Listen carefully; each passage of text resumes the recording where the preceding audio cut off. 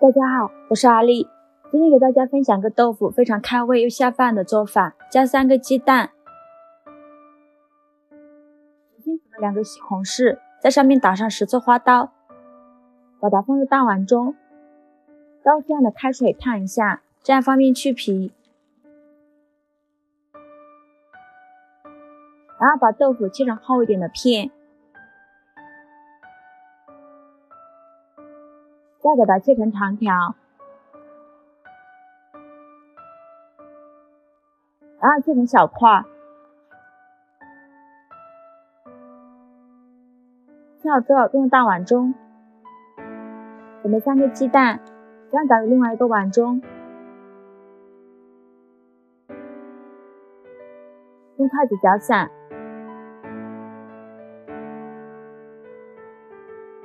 然后把鸡蛋液淋在豆腐上，用筷子搅拌均匀，让每一块豆腐都能裹上一层鸡蛋液。搅匀后放在旁备用。准备一头大蒜，把它剁成蒜末。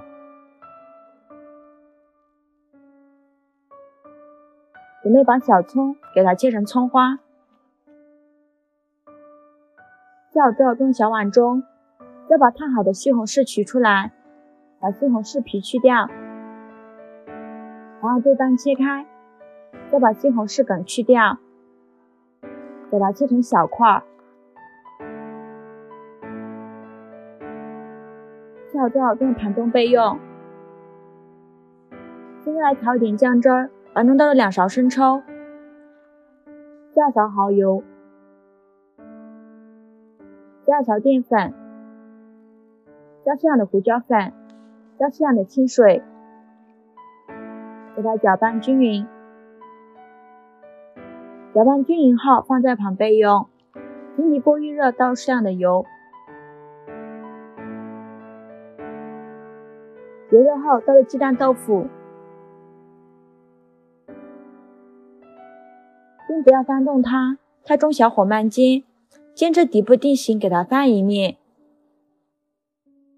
煎的过程中要不停的翻动。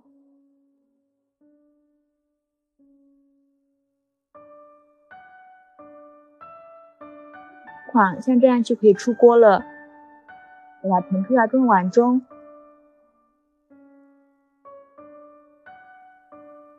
预起锅里少许油，油热后放入葱蒜末，给它翻炒出香味。炒香后把西红柿丁加进来，2勺食盐，把西红柿翻炒出汁儿。